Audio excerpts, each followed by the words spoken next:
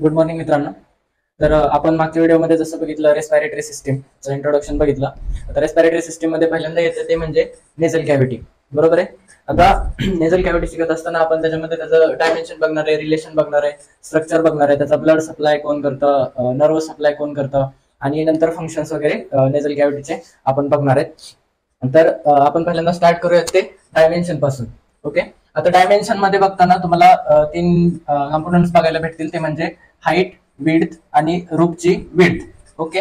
आता हाईट म्हणजे काय असते. आता जर नोजला आपण वरतून बघितलं म्हणजे इथून फ्रंटल बोनला जिथं कनेक्ट होतं तिथून ते त्याच्या टिप पर्यंत, तर ती म्हणजे हाईट असते. आता मी इथं डायग्राम काढली ही छोटीशी.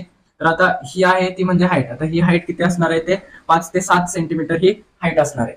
ओके. देन विड्थ काय असते. विड्थ ही बेसला मोजली आहे. आता जर आपण नोजला खालच्या साईडनं बघितलं म्हणजे पुढच्या साईडनं बघितलं तर असे आपल्याला दोन नॉस्ट्रिल्स आणि मध्ये असं सेप्टम डिवाइड झालेलं दिसत.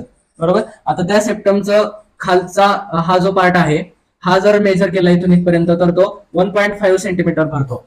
ओके. आणि रूफ आहे तो 1.2 mm, म्हणजे ही जी विड्थ आहे ती 1.2 mm एवढी असते. आता तुम्हाला डायमेन्शन तर समजले की 5 ते 7 सेंटीमीटर ही त्याची हाईट असते. विड्थ 1.5 ते 2 सेंटीमीटर पर्यंत पण असते आणि रूफ असते ते 1 ते 2 mm एवढा असतो. आता मेन पार्ट हा की मी जेव्हा प्लेन मुवमेंट ते शिकवत होतो त्यामध्ये ते आता इथं कामाला येते आपल्याला, ते म्हणजे रिलेशन सांगताना. आता नेझल कॅव्हिटीचे रिलेशन कसे आहेत ते आपण बघूयात. तिकडं डायग्राम पण काढली मी, त्याच्यामध्ये पण समजावून देतो. रिलेशन पहिल्यांदा काय, अँटेरियर. आता अँटेरियर काय आहे तर नेझल बोन आहे. बरोबर आहे. आता ही डायग्राम आहे. या डायग्राम मध्ये तुम्हाला नेझल बोन इथं दिसतंय. बरोबर.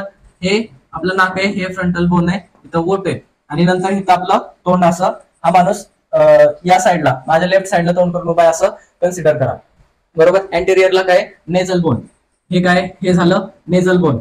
हे नेझल बोन. जर आपण इथं हात लावला तर इथं थोडा हार्ड सारं स्ट्रक्चर लागतं वरच्या साईडला, ते म्हणजे नेझल बोन.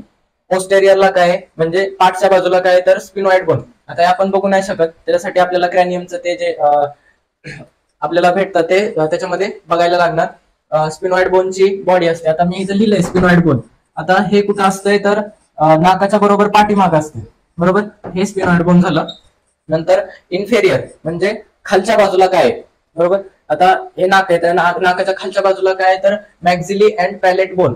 आता आपण जेव्हा तोंडामध्ये हात घालून जर असं वरती केला तर तो जो पार्ट लागतो तो म्हणजे पॅलेट बोनचा पार्ट असतो. आणि मॅक्झिली म्हणजे हे जे आहे आपले साईडला आलेले दोन, ते मॅक्झिली नंतर आतमध्ये जाऊन तिथं एकत्र होतात आणि त्याच्या थोडं खाली आहे ते पॅलेट बोन. ओके. आणि नंतर सुपेरियरला काय, इथमॉइड बोन. हे बोन पण आपण बघू नाही शकत, ते म्हणजे वरच्या बाजूला फ्रंटल बोनच्या माग बरोबर इथमॉइड बोन असते. ओके. आता रिलेशन झाले. अँटेरियरला काय, नेझल बोन समजलं. पोस्टेरियरला काय, स्पिनॉइड बोन. हे बोन्स वगैरे आहेत ते म्हणजे एमसीक्यू ला विचारतात, पण एवढं स्पिनॉइड बोन वगैरे विचारलं जातं. या पॅलेट बोन वरती जास्त आतापर्यंत एमसीक्यू पडलेले आहेत. ते डायजेस्टिव्ह सिस्टीम किंवा अदर सिस्टीम मध्ये पण असते त्याच्यामुळं. आणि सुपेरियरली काय, इथमॉइड बोन. आता ह्याचं मेन स्ट्रक्चर कसं आहे ते बघूयात आपण. स्ट्रक्चर कसं आहे ते, फ्रंटल बोन आहे, हे फ्रंटल बोन झालं. देन नेझल बोन, हे पुढच्या साईडला नेझल बोन झालं. इथमॉइड बोन आतल्या साईडला झालं. स्पिनॉइड बोन हे पण पोस्टेरियरली थोडं खाली झालं. मॅक्झिली आणि पॅलेट बोन, हे पॅलेट बोन. ओके. आता याच्यामधल्या स्ट्रक्चर मध्ये एक कोचाय म्हणून एक हे आहे, तर ते दाखवतो मी. ते म्हणजे आपल्या नाकाच्या लॅटरल वॉलला असणार आहे. आता कसं आहे, सेप्टम जो आहे इथं जे दाखवलं मी, हे दोन नॉस्ट्रिल्स, हे दोन नॉस्ट्रिल्स झाले आणि त्यांना डिवाइड करणारा हा सेप्टमचा पार्ट आहे. तर आता हा सेप्टमचा पार्ट कार्टिलेजने बनलेला असतो, म्हणजे दोन नाकपुड्यांना तो डिवाइड करतो, तो म्हणजे सेप्टम झाला, तो कार्टिलेजने बनलेला असतो. आता त्याच्यात आपण तो झाला मीडियन. बरोबर आहे. आता आपण लॅटरल वॉलचं बघतोय, म्हणजे ह्या साईडला काय असणार आहे, नाकाच्या ह्या साईडला, साईडच्या नाकाला काय असणार आहे. आता ते जे फ्रंटल बोन आहे ते कार्टिलेजने बनलेलं आहे. बरोबर. आता तिथं कोचाय म्हणून एक असे वेव्ज असतात, अशा 3 वेव्ज असतात.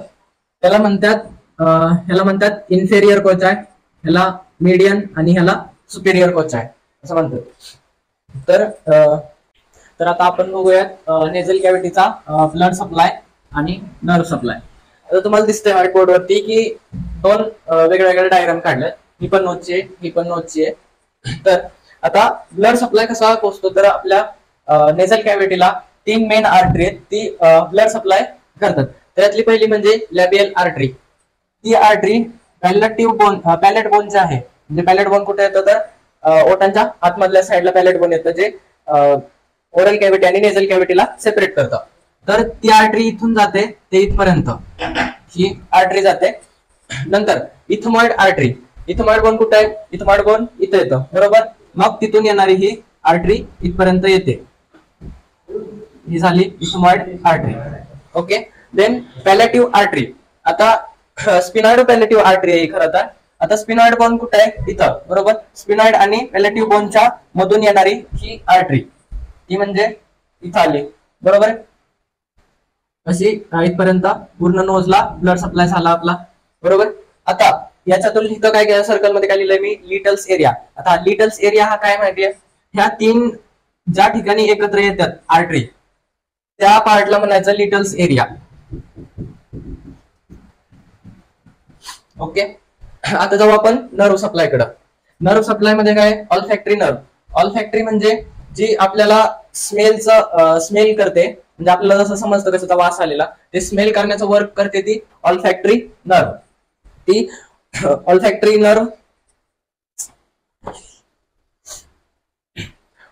नर्व इथं आहे, बरोबर आहे. आणि तिला ही झाली 4 ते 5 असे सब डिव्हिजन आहे.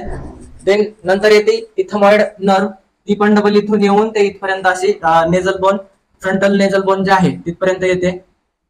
आणि नंतर नेझोपॅलेटिव्ह म्हणजे इथून येणारी ही एक नर्व. आता नर्वचं काय काम असते, तर आपल्याला जे स्मेल होतोय ती कोण करते, ऑल्फॅक्टरी नर्व करते. इथमॉइड मधून येणारी जे काय पेन असेल किंवा अजून काय एखादं इन्फेक्शन झालेलं असेल, ते या 2 बाकीच्या नर्व ब्रेनला सांगतात. ओके. याच्यानंतर आपण नेझल कॅव्हिटीचं फंक्शन बघूयात, म्हणजे फिजिओलॉजी. तर आता बघूयात functions of nasal cavity. Okay.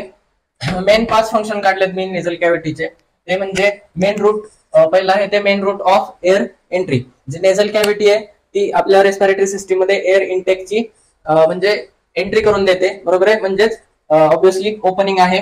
Then protection of lower airway. आता समजा तुम्ही श्वास घेताय एखाद्या धुळीच्या ठिकाणी किंवा धुराच्या ठिकाणी जर गेलात तुम्ही, तर तिथं तुम्ही जर इनहेल केलं जे काय पार्टिकल्स असतील, तर ते आपल्या नेझल कॅव्हिटी मध्ये थांबतात. का, तर नेझल कॅव्हिटी मध्ये म्युकस म्हणजे स्टिकी असं म्युकस लॅटरल लाईनला असते, आणि प्लस हेअर्स असतात, ते प्रोटेक्शन करण्यासाठी असतात, की ते पार्टिकल्स जे आहेत जे तुम्ही इनहेल करताय ते आतमध्ये जाऊ नयेत म्हणून. Okay. Then warming and humidification of air. आता तुम्ही जी एअर इनटेक करताय त्या इनटेक केलेल्या एअरला वॉर्मिंग म्हणजे काय, गरम करणं किंवा थोडंसं त्या एअरचं टेम्परेचर वाढवणं. आणि ह्युमिडिफिकेशन म्हणजे त्याचं अजून थोडं प्युरिफिकेशन करणं. नंतर प्रोटेक्शन ऑफ एअरवे. आता तुमचा एअरवे काय आहे, तर नेझल कॅव्हिटी, नंतर फॅरिंग्स, लॅरिंग्स, नंतर ट्रॅकिया, ब्रोंकाय, ब्रोंक्युल्स, ते जे काय असेल ते लंग्स पर्यंत जाईपर्यंत त्यांना वाचवणं. त्याच्यामध्ये काय काय येतं, एन्झाइम्स.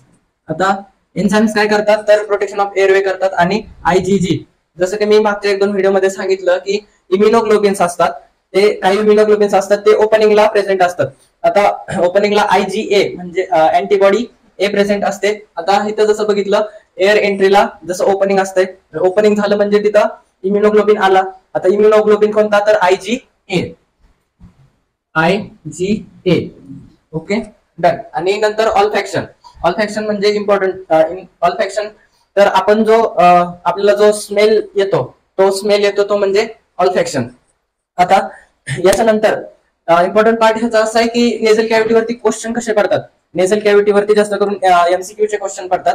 त्याच्यामध्ये त्याचं रिलेशन किंवा नर्व सप्लाय कोणता आहे, ब्लड सप्लाय कोणता आहे, हे जे मी मगाशी इथं ब्लड सप्लाय दाखवला, नर्व सप्लाय दाखवला या साईडला, ते आणि फंक्शन ऑफ नेझल कॅव्हिटी असा 2 मार्काला क्वेश्चन येऊ शकतो. आता याच्यानंतर आपण रेस्पिरेटरी सिस्टम मधला नेझल कॅव्हिटी नंतरचा नेक्स्ट पार्ट नेक्स्ट व्हिडिओ मध्ये बघूया.